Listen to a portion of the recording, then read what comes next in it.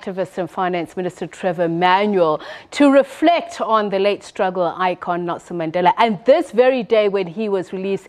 Mr. Manuel, a very good evening to you, and thank you so much for taking the time to chat to us. So I believe that you drove the convoy carrying Madiba, ahead of the convoy carrying Madiba. What can you remember about this particular moment? Well, thank you very much, Piso. Good evening to all your viewers. Good evening, Verne. Well, you know, these things happen so quickly. On the Friday, I was part of a UNIF delegation to see Madiba in the house at the prison. On Saturday morning, a call from the office of General Willems, who was then head of prison services, to meet them. And this was simultaneous with President de Klerk announcing the release of Madiba the following day. And then we were allowed to go off and see Madiba on the Saturday afternoon. It was Bilal Nuka, Dala Omar, Saki Matlizama, and I. And we were able to talk to him about the release the following day. We convened activists to receive him, but we knew that we weren't ready. And so we drove through the most unbelievable crowds. It was incredibly difficult. We didn't have adequate security. We were a bit concerned about the security of receiving Madiba at the City Hall, and then we delayed the process, and in delaying the process, we actually lost him for a little bit of time. But when he reconvened, some time had been lost, but his appearance there, his speech, his reception at the parade across the country and across the world was just magnificent. And that continued. The following morning, Monday morning, we had his first press conference, arm in arm with Winnie again. And then on Tuesday, the address at the old FNB Stadium in Johannesburg. So, Mr. Manuel, we'll get back to those in just a moment. But I'm wondering, was there any sense of anxiety at the time that the apartheid government might do a U-turn? And just in terms of his reception, what was going through your mind about that moment? So the most remarkable thing about the 11th of February 1990 was that there were millions of people across the world who'd never seen or heard Madiba, but who came out as an expression of love.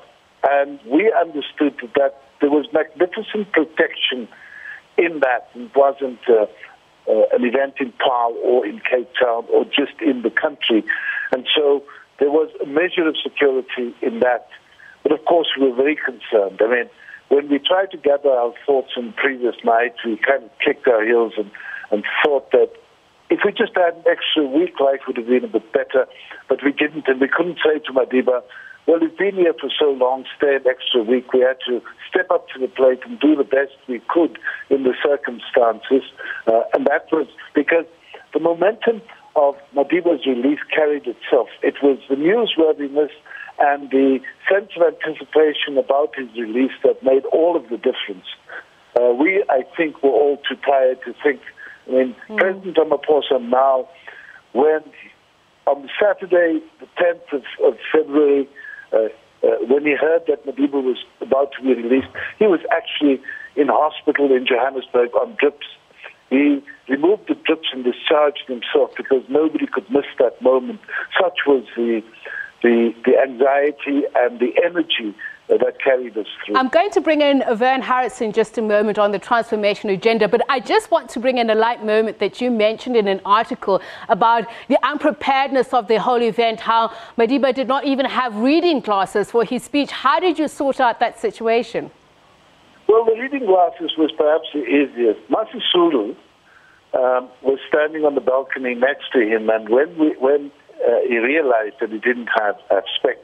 You'll remember that our now President Ramaphosa, his job on the balcony was actually to hold the microphone.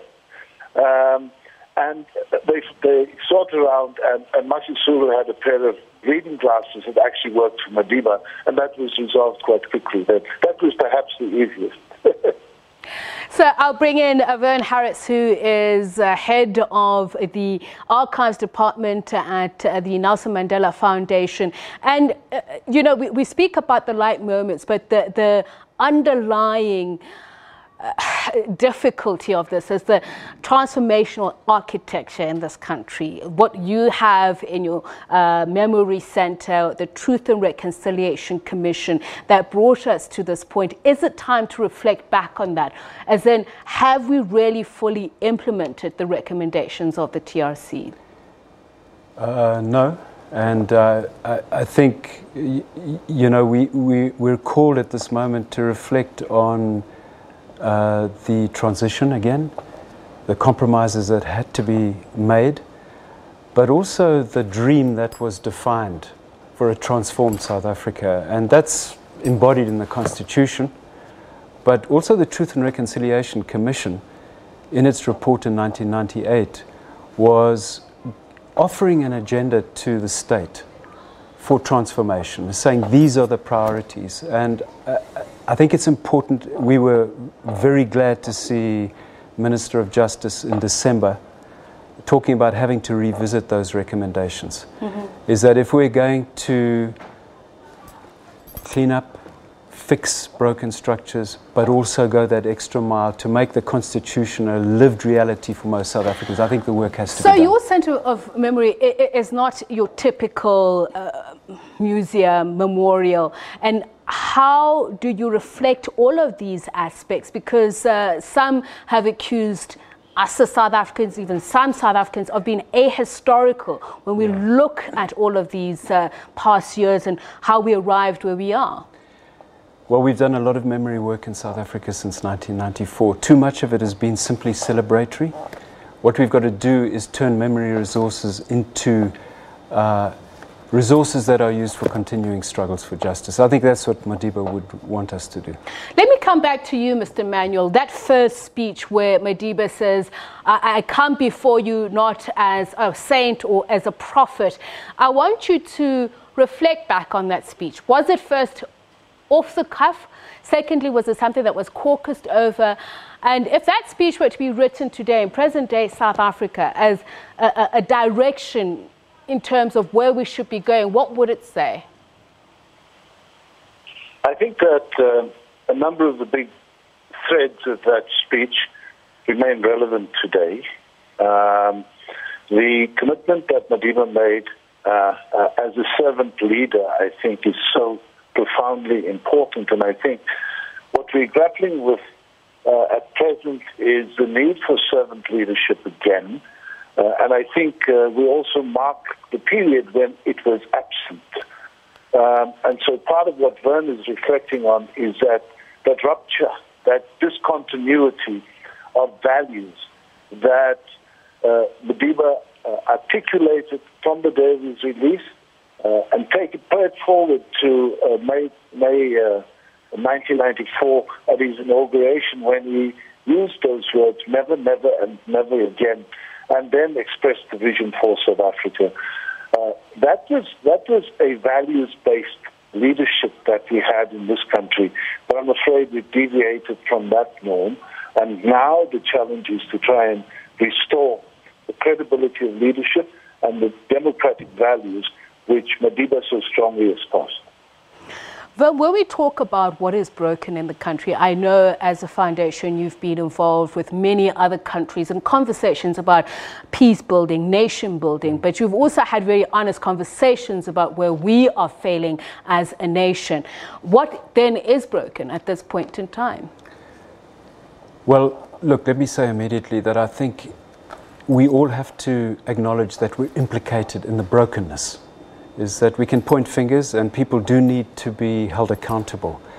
But if I go back to the mid-90s, many of us who were in government structures adopted strategies that in retrospect were not appropriate for South African context. And we need to reckon with that.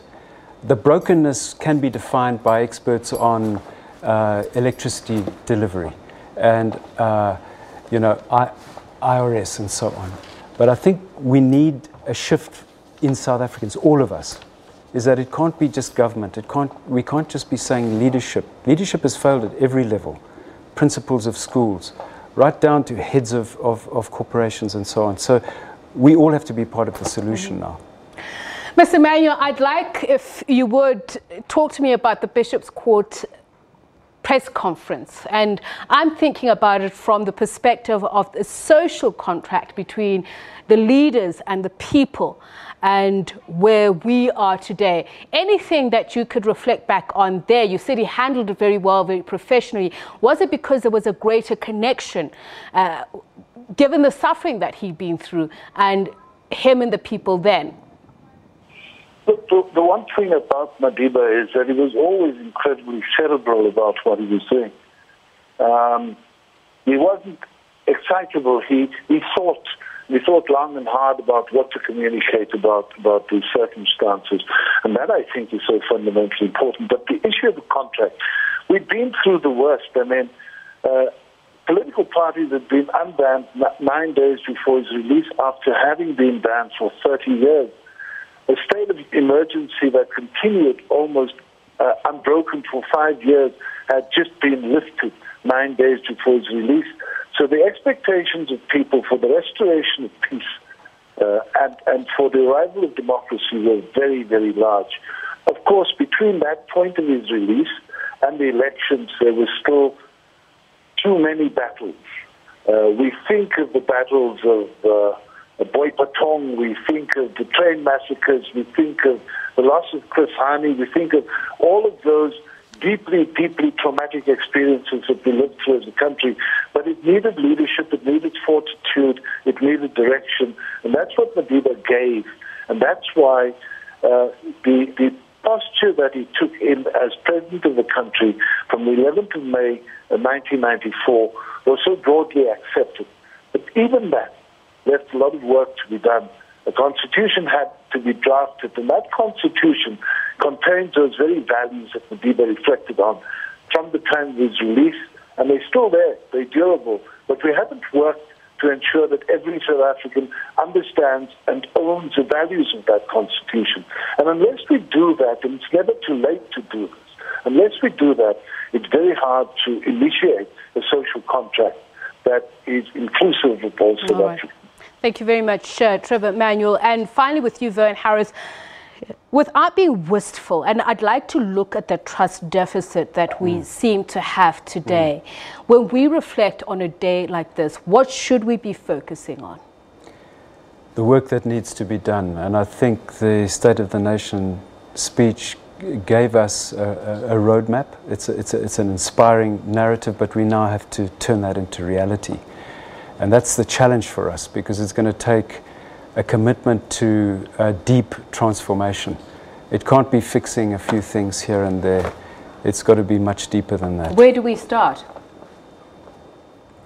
Well, it's one of the things the Nelson Mandela Foundation has been applying its mind to for years now, is that, yes, we promote the Constitution, but if the Constitution is about protecting rights, and that usually means the rights of privileged people and protecting property and so on, it's got to be reimagined as an instrument for transformation. That's what we want to be doing. All right, thank you very much. Verne Harris is in charge of the archives at the Nelson Mandela Foundation, and former UDF activist and Finance Minister Trevor Manuel speaking to us about this day 29 years ago.